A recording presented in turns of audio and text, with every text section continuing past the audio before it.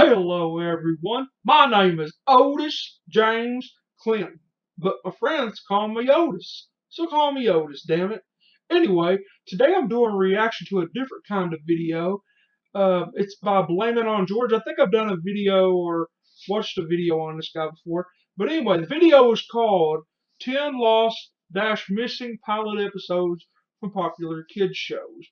Alright, now I don't know if this is my thing, and I don't know for sure if I'm going to actually enjoy it, but I'm going to try to give it a chance. It could surprise me. So the link to the original video is down in the description, and thanks for the suggestion. So let's do this, shall we? It's also a little long, so bear with me.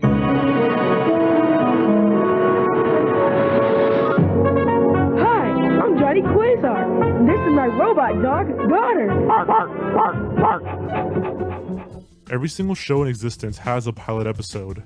There has to be a beginning somewhere.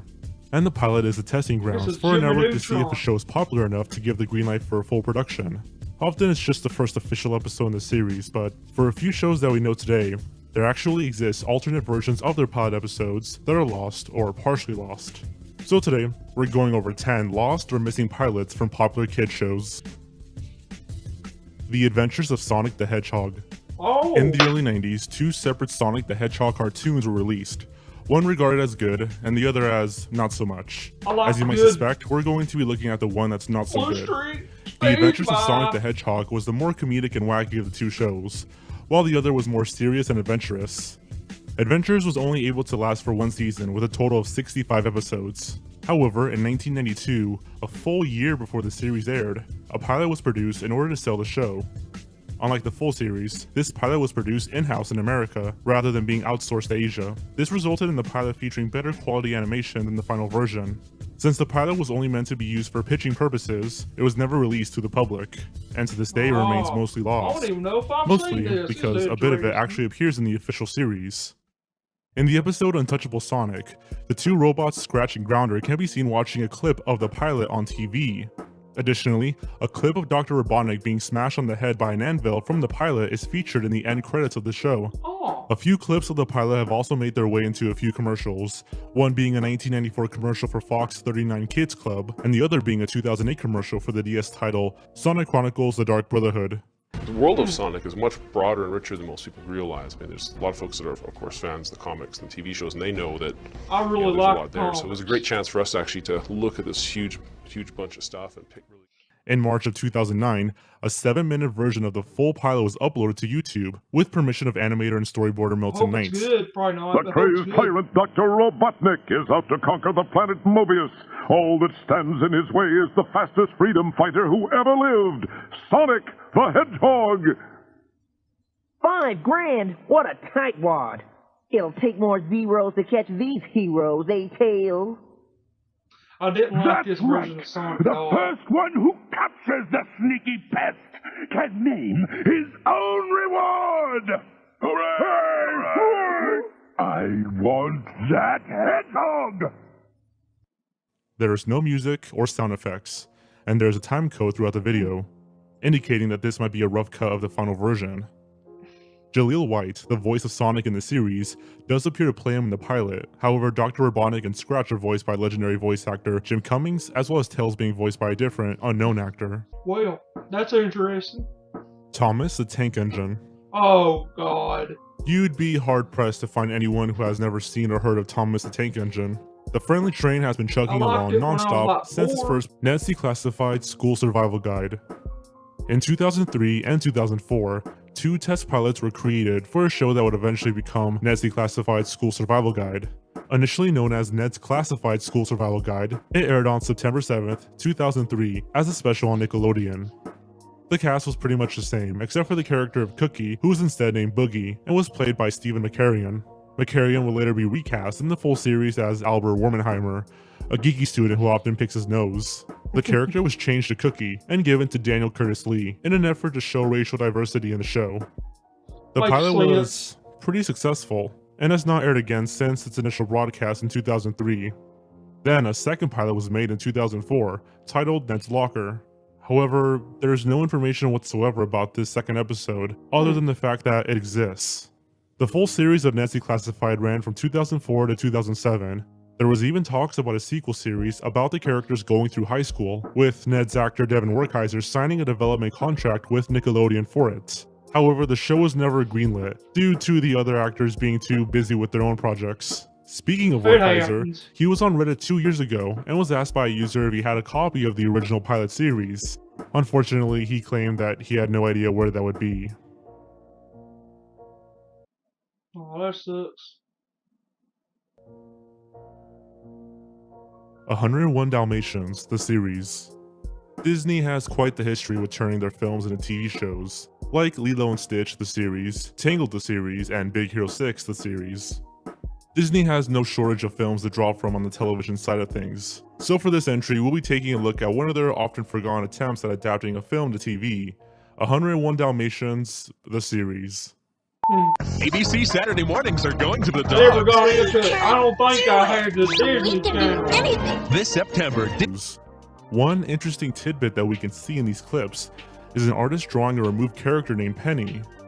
Nothing is known about this character, but her design seems more detailed than the other characters, and may indicate that there were plans to have the series feature an art style closer to the original film at one point. The Powerpuff Girls. The Powerpuff Girls have a bit of interesting history when it comes to the period of time before the show was officially released. For instance, did you know that the original working title for the show was going to be The Whoop-Ass Girls? Sugar, Whoop-ass spice, girls! That's and awesome! Why did they everything nice. stick with it? These were the ingredients chosen to create the perfect little girl. But Professor Utonium accidentally added a can of whoop-ass to the concoction. Oh, that was been epic. The original Powerpuff Girls short was titled Whoop-Ass Stew, A Sticky Situation, and was made by Craig McCracken while he was still at CalArts. Oh, Once he that sent it would've to been Cartoon Network, the title was of course changed to make it a bit more kid-friendly. So there you have it, a little bit of interesting history for you, but for this entry, we'll be looking at the 2016 reboot of the Powerpuff Girls. Oh, There is very man. little known about the pilot episode. I hate It is thought that. to have been developed shortly after the release of the CGI special Dance Pants Sid, however you pronounce that, released in 2014, That's a as neat Cartoon Network has been style, but considering they reviving wrote the it. series for quite a while. If you're familiar at all with the reception, then you're aware that one of the biggest criticisms is the use of different voice actors for Blossom, Buttercup, and Bubbles, even though Tom Kenny and Roger L. Jackson were brought back as the Mayor and Mojo Jojo respectively. However, if this pilot does exist, then it appears that Cartoon Network did consider using the original voice actors at one point. During an interview with the media site Otakus and Geeks, E.G. Daily, the voice of Buttercup, discussed the existence of this pilot. This is the first and only time its existence has been mentioned. She explained that herself, Man, Tara Strong, and Kathy I would've Cavadini liked to recorded a seen pilot that. episode of the series, the 2016 one, with different currently unknown showrunners. However, when the current showrunners Nick Jennings and Bob Boyle were brought on Oh, board, well. they decided to replace the original voice actresses with new voices that were closer in age to the characters they were playing. That's There were many stupid. rumors circulating that Daly, Strong, and Cavadini were never contacted about the series, but It's voices. it would appear that those claims are false. Dora the Explorer. In 2000, Nickelodeon unleashed one of their biggest cash cows in history, Dora the Explorer. It's one of the longest running Nick Jr. shows in history with 15 years under its belt. Dora and Boots also had different designs, with Dora having a different clothing color scheme, and Boots' color scheme being slightly different as well. The test pilot, however, has been somewhat found, although the audio is still completely Oh, no lost. fucking difference. It features Dora in her final design, but Boots looks completely different, Oh, crap, being much more see fluffy this. and having a yellow color scheme. The clip features a rather stilted animation of Dora and Boots walking, and just staring at the screen. It's honestly a little unnerving.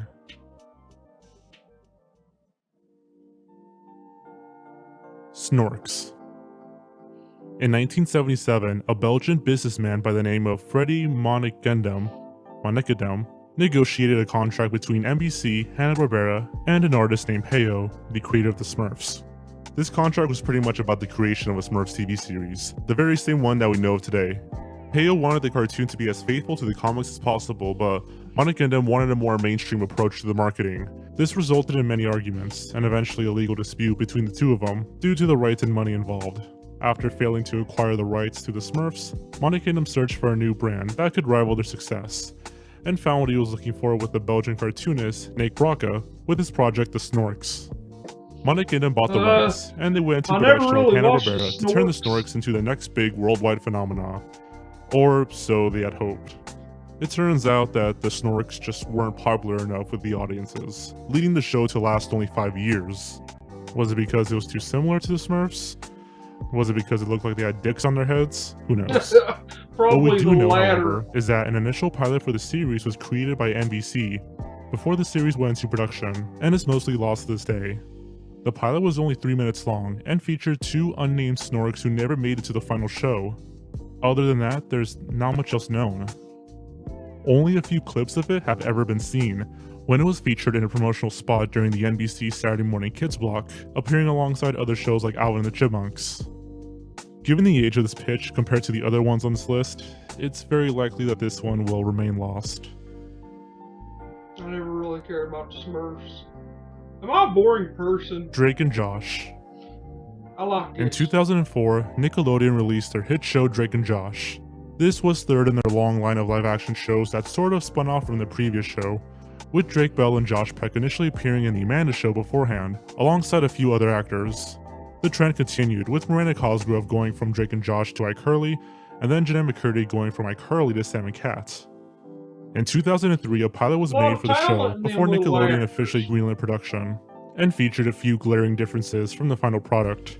The plot is basically the same as the first episode. Drake and Josh's parents get married, and then they all move in together. Drake eventually learns that Josh writes an advice column called Miss Nancy, where he must dress up as a woman in order to actually be able to write.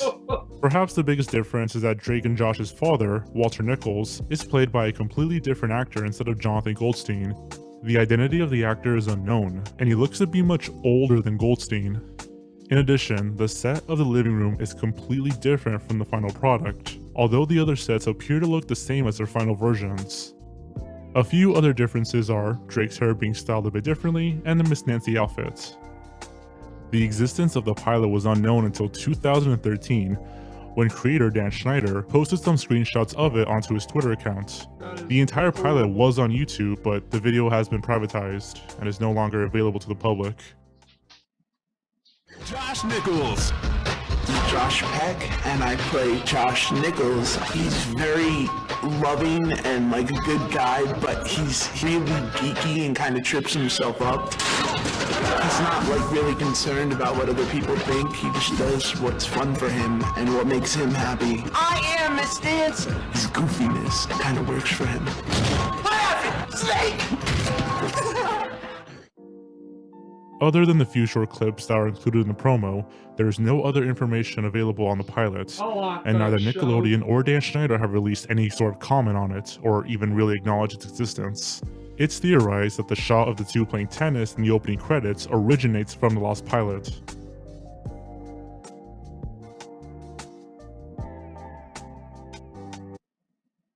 Come say hello to new lower prices I'll at like Kroger. these fucking Yep, ads, we've but I lowered know prices they're again, necessary. so saving money is way easier with low. Blue's Clues. For many children born in the 90s, Blue's Clues was one of the first TV shows they were exposed to. The program was revolutionary, as it presented its educational content in a more narrative.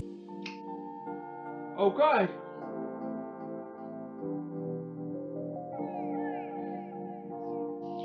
Alright. Okay.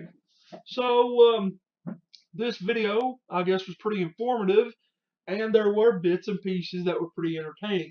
But, you know, I'm more into stuff that will make me laugh and just go crazy and stuff. This was interesting, but I don't know how it will go over with you guys. Tell me down below what you think of these types of videos.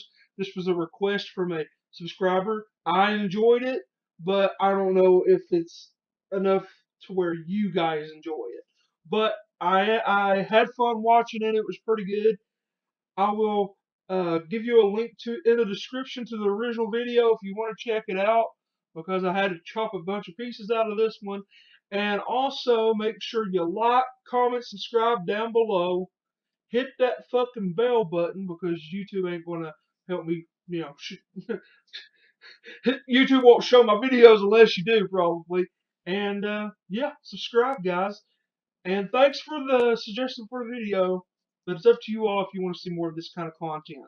Because I don't know, I'm not used to this kind, and I'm more used to YTPs and things like that, and games. So, bye, guys.